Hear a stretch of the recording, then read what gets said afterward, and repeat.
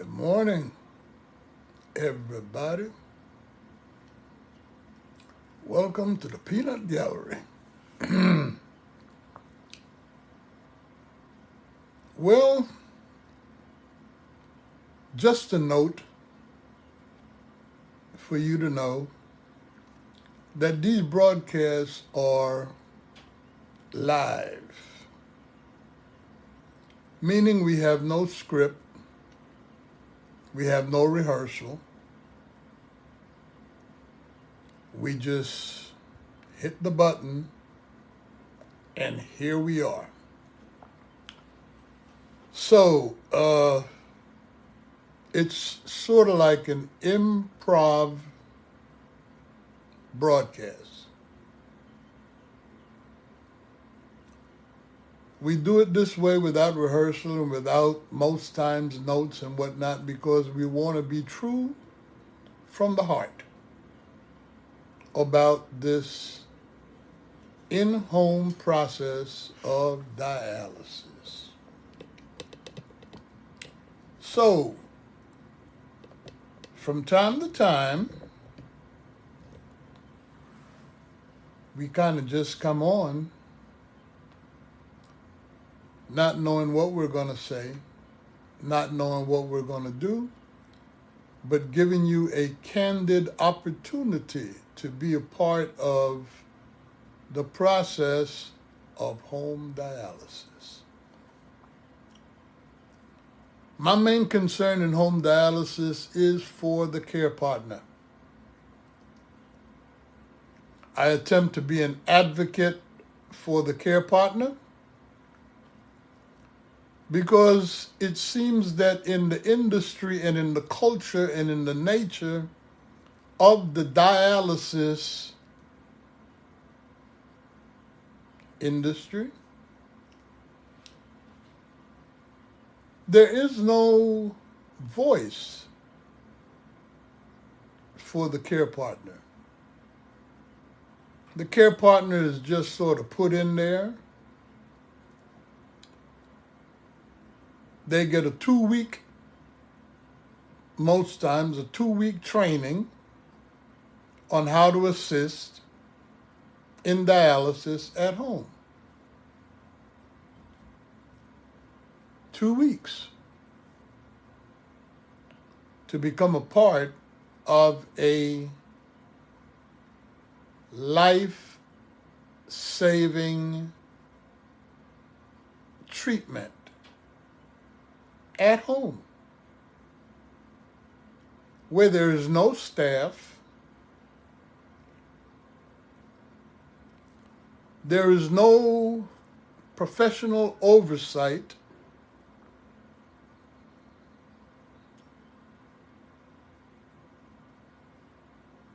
and they're just put in the home with a dialysis machine and the patient and say, hey, go to it. Good luck to you. If you have any problems, just call 911.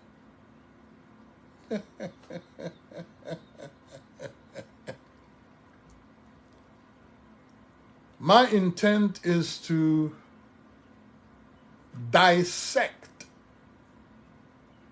this home dialysis process.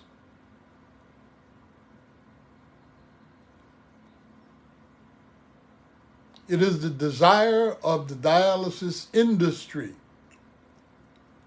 that this home dialysis program be expanded and that more people begin to dialyze at home.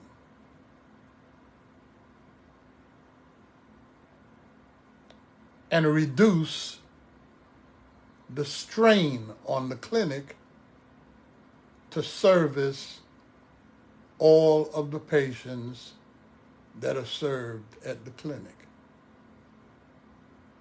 The more people go home, the less strain on the clinic, the less need to increase the staff at the clinic,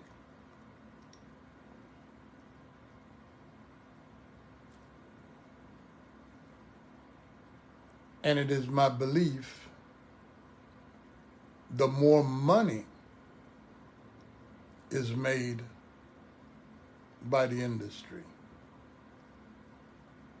An industry that is primarily supported by the government, with government contracts.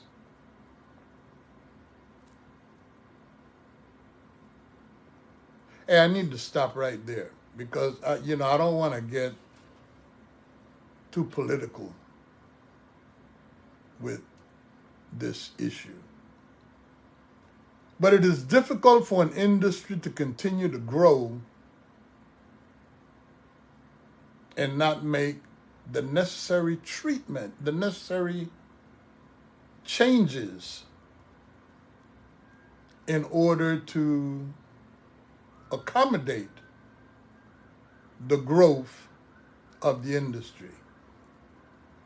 You just can't continue to get bigger and bigger, get more and more money, and just take your money and go home.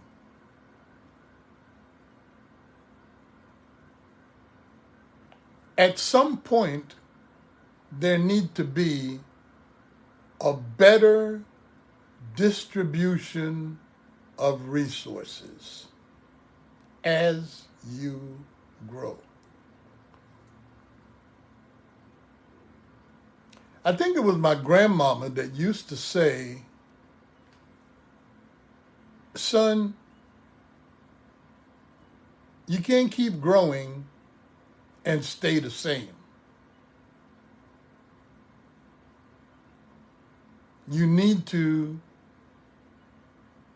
continue to change as you grow. Just a word to the wise, I'm not as educated as I could be, but I often reflect on the wisdom of my grandparents and my parents as I continue to grow. So, for what it's worth, my role is to undress and unpack this industry in as far as how it may better serve the patients and how it can be more supportive of the main person that we have to provide this treatment, the caretaker. So, I've said enough for today, and it's now time for my care partner, Elaine, my loving wife, to kind of remind us on how we can go online to find the collection of these videos that we've been making at the beginning of every treatment. These videos will get better. I'll be having less and less of a part in all this talking that I do, and Elaine will begin to have more and more of a part in explaining what it is that we're doing, how it is that we're doing it, and all of the technical issues involved in setting up the machine and getting connected and doing the treatment. So Elaine, say good morning to everybody. Good morning, everybody. And give everybody a view on how to review these videos. Two of the most important videos that we have done so far has to do with my introduction on how to set up the Tableau machine for dialysis and how to get connected to that machine for treatment. So those are two of the videos that if you are a regular follower of our live program, I would suggest that you start with looking at those two videos. How to set up the Tableau machine and how to get connected for treatment. Okay, Elaine, I'm out. There's just a couple of things I want to say. When we film this, it's before our treatment has even begun. Mm-hmm. Uh, I know I have been reading comments about where, not directed to us, but where that people are interested in knowing the Mm-hmm. bad parts about it. But we don't get me wrong, we have had some very interesting issues arise. But like I said, we filmed this before he gets started. But there are some takeaways that we've had to overcome, and I'm very happy about that. But yesterday we had a conversation about it's a choice if I want to continue Mm. on. But see, as far as what I think about is, he didn't have a choice on going on dialysis, Mm. and as being his care partner and his wife, I don't have a choice to say no. That's just how I feel, because in our vows it said for better and worse, rich or poor, in sickness and in health, and every day is not going to be the best of days, Mm. but I just have to let God lead and guide me as to what to do and how to help my husband get whatever I need to do to help him, aid him in his treatment. Mm. And so as for me, there is no choice. He didn't have a choice as to going on dialysis, which he did, but then he wouldn't be here now.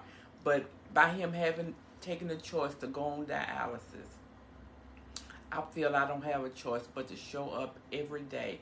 And Mm. like I said, this, trust me, we get up very early in the morning, and when we go live, it's probably like 2 hours after we have been up. Mm. But I've said enough. I just want to say the YouTube is Emilio E. Hughes, and the Instagram is Emilio Hughes 1. Mm. And like he said, if you go there, especially to the Instagram, you can see every video that has been posted since we've been started, even before we even started talking. Mm. But on the Instagram, it has everything. And like he said, the YouTube has the cannulation and the setup. Okay. Um,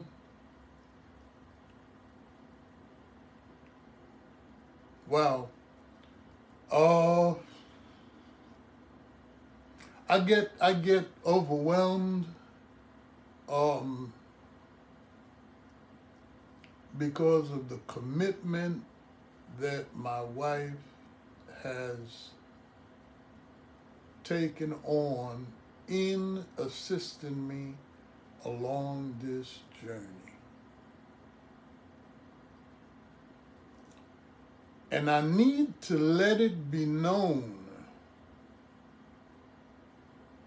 that this commitment of hers is a voluntary commitment.